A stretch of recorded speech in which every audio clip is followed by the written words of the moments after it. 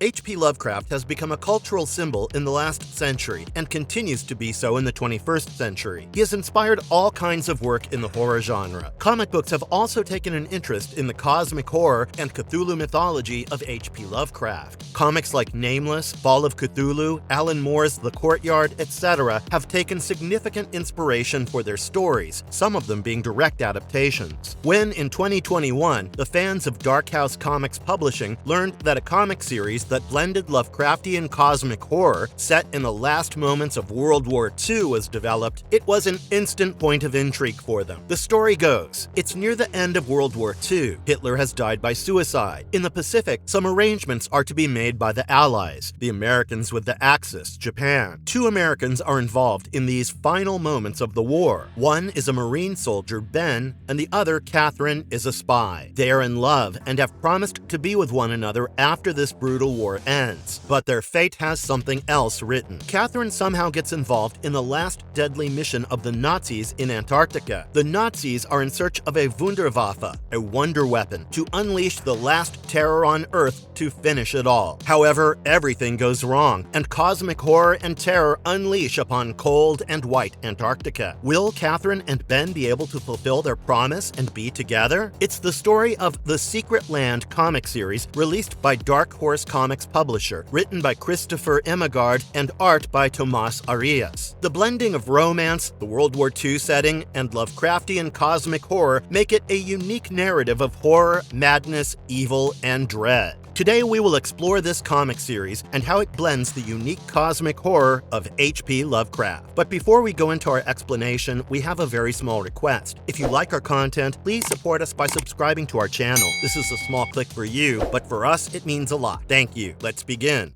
Comic Series, Issues 1 to 4. The comic Issue 1 begins with Ben Sullivan on a maritime mission in the East China Sea in June 1945, around the last moment of World War II. Ben is in pain to learn that his lover Katherine is dead. Over a red sunset, the ship sails. Ben stands on a ship's dock. Deep orange and red hues cover his face. He watches a seashell necklace that connects him and his lover Katherine within their cosmic love. It was a promise that the story would involve both of them, but now it's all him. Painfully, it's him alone. Katherine was a spy involved in a mission in Japan. He remembers the last time he saw her when she boarded the airplane to Japan. She asked him if he knew how to say "I love you" in Japanese. Ashituru, it was. They kissed and went on to their mission, connected only by the love that they felt beyond their corporal selves. Ben received only a telegram informing him about the death of his lover. How did she die? What happened to her is unknown. In the meantime, Ben and his fellow soldiers go on a mission. Ben decides to attack with a grenade while the other soldiers cover him with firing, but the plan doesn't work out. The fellow soldiers stop. The bullets hit Ben, but Ben isn't terrified. Instead, he rejoices as his life will be over. He will be with his lover forever, somewhere. His final words are Ashituru. However, Katherine is alive. She lies awake with her eyes wide open in a place she hardly understands. Where is she? What's happening? It turns out she's become an assistant to a well-known scientist and professor, Gerald Hess, who's been working for the Nazis. She's now on a covert mission. Her name has also been changed, and she's now Katrin. After Hitler died by suicide, this was the last dream mission of the Nazis, which could only be accomplished with the help of the scientist. This time, the base is in Antarctica, away from the Axis powers and mainland Europe. It's called Neuschwabenland Base 211. It's powered by Die Glocke, a reactor that is the source of life power at the base. Nazi soldiers, workers, and Russian captured laborers, called serfs, are residing in this base, headed by 2 Nazi commanders, Chief General Commander Vogel and Commander Kunst. The base, alienated from the world, is secretly planning to unleash terror on the world. Meanwhile, it's been 3 months since Hess and Katrin were here. Katrin has met only one woman, Julia, who has been a companion to her in this place. Otherwise, her painful dreams and visions disturb her with a yearning love for Ben. The giant Die Glocke has to work, and it has to become the Wunderwaffe, the secret weapon the Nazis are searching for. After trying to fix it for 3 months, Professor Hess and Katrin still fail to ignite the giant bell-shaped Die Glocke reactor. Meanwhile, with the command of General Vogel, Commander Kunst kills a captured Russian serf, and at the very moment, for the first time, Die Glocke ignites. For now, the Nazi officer is happy, but Katherine discovers for the first time the unknown and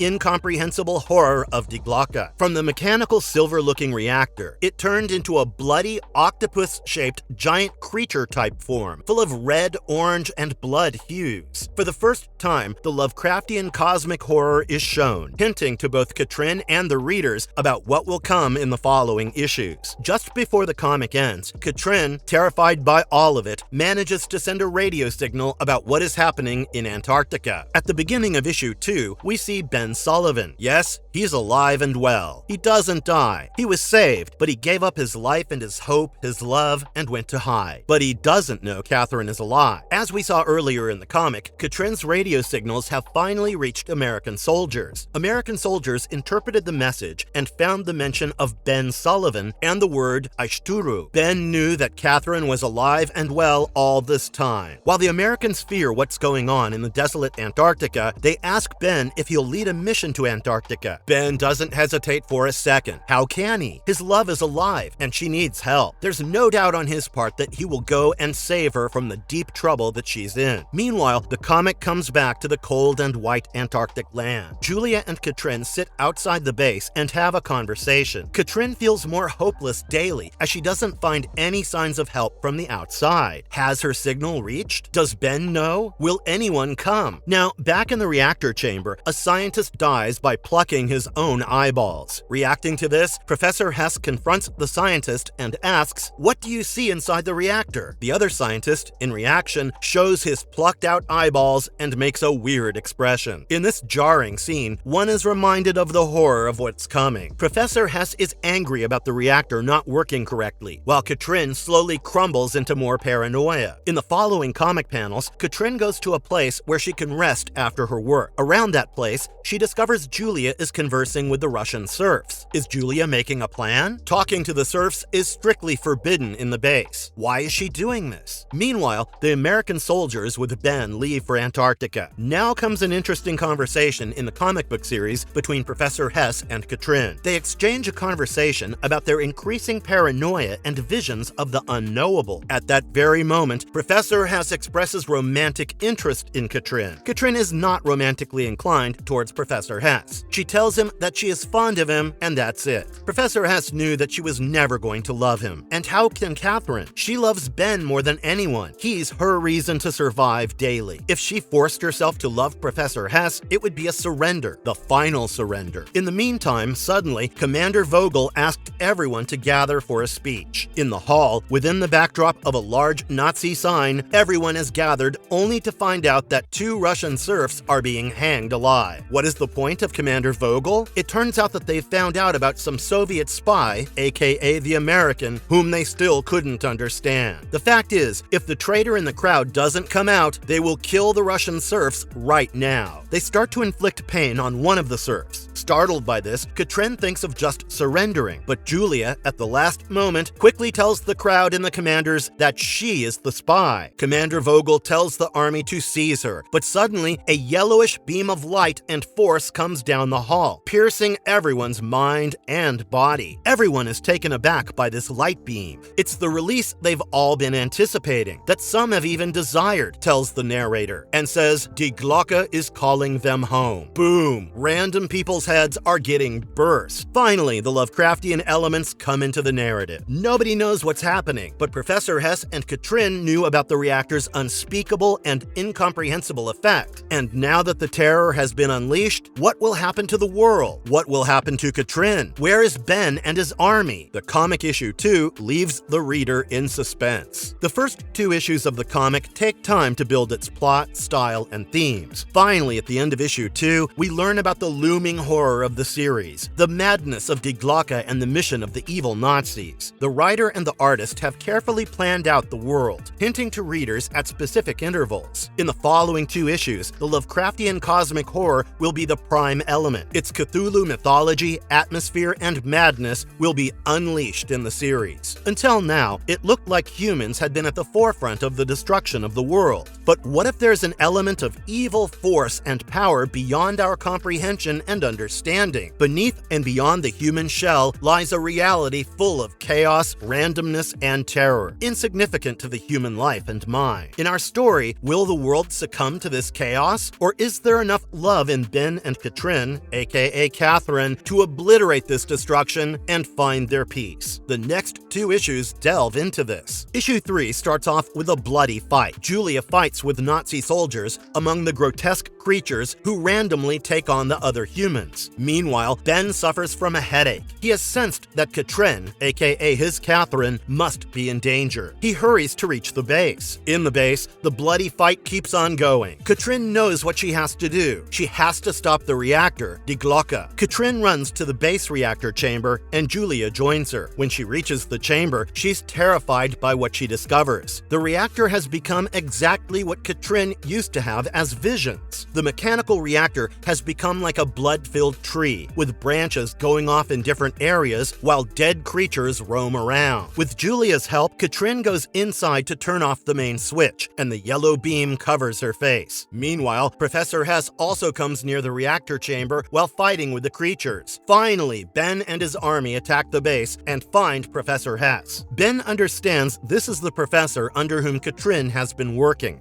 so he asks him where she is. As they search for the reactor chamber, the next comic panel shows Katherine, for the first time, in an alternate dimension, a place where you don't have any laws of physics. Desolate, full of twisted rock formations, skeleton bats, and dry landscapes. It's a supernatural and otherworldly place, a different cosmic reality, like the places in the Lovecraftian cosmic horror and Cthulhu mythos. While Julia has been killed, Katherine lies in an unconscious state. The comic issue ends here. Ben searches for Katherine while she's in a place unknown to the human world. What will happen in this horror story? The last issue of the comic will now provide the answers. At the beginning of issue 4, Ben and Professor Hess run towards the reactor chamber only to find Commander Kunst and his armies waiting for him. A fight takes off, and Ben and Professor Hess try to beat Kunst and his armies. At that very moment, we go into the world where Katherine has now met a grotesque, unknown humanoid creature. He proclaims an abomination. Perplexed by this, Katherine asks, "Where am I? What are you?" The creature, in the backdrop of a big, round, spinning beam of light, replies in a loud voice, "Why, we are your creation. Since time immemorial, you have fed and nurtured us. Our spheres are merging. Soon, we will be one." His loud voice penetrates the 2 worlds. Now, back to the fight between Ben and Kunst. Ben attacks the army, and Professor Hess kills off Kunst. As they enter the chamber, Professor Hess discovers that Ben is Katherine's lover. In a moment, he weirdly becomes a half-creature. His hands and body transform into grotesque forms. He starts to kill Ben's army. Cut to the alternate world. The humanoid creature manipulates Katherine by telling her about Ben and how much he loves her. Meanwhile, Katherine cuts the crap and kills the creature with her seashell necklace. The necklace that she used was the one that Ben had, and we saw it at the start of the comic. The necklace, a symbol of their love, is finally used to kill off the unspeakable evil. Back to the fight, where Professor Hess almost killed Ben, but Ben somehow manages to fight back and kill Professor Hess. The next moment, Ben and his armies decide to destroy the place, not knowing anything about Katherine. Katherine, aka Katherine, thinks that her life is meaningless in this incomprehensible void in which she's been trapped. But as Ben destroys the place, she, for the last time, with some hope, tries to jump. There is a blast that takes off. No one knows what happened. But after the smoke clears, Ben finds Katherine in an entirely naked state. She is alive. The orange and yellowish reactor chamber again becomes cool, indicating that the evil forces have been destroyed. Ben and, in his arms, Katherine in the boat exit the place. The narrative ends with both of them living a peaceful life as promised to each other. She now needs hope and finds it in Ben, as the comic ends here, with all the Lovecraftian cosmic terror, madness, dread, and horror now seeming to be gone. But is that it? Somewhere, Katherine knows something is still incomprehensible and eerie, something more mysterious than humans can understand and speak. She has hope, but she's petrified by everything that life is. Marvelous verdict. While the comic series ends hopeful and optimistic, the dread and horror still loom large in Katherine's psyche. We must remember the whole series and its storytelling mechanism and plot to understand the full significance of the Lovecraftian cosmic horror elements and themes. From the beginning, Ben and Katherine have been intertwined in a cosmic love that has been put in opposition to the supernatural, incomprehensible, unspeakable force and power of Die Glocke. Ultimately, love wins in the story, yet things are beyond understanding as they haunt Katherine. The unfathomable beyond the physical reality and human perception, the cosmic and supernatural significance in the face of the insignificance of love and human life. We hope you've enjoyed our video on the Lovecraftian cosmic horror unleashed in the Secret Land. Thank you for watching, and if you liked our content, don't forget to leave a like and subscribe to us if you haven't already. Have a good one and be safe. Thanks everyone.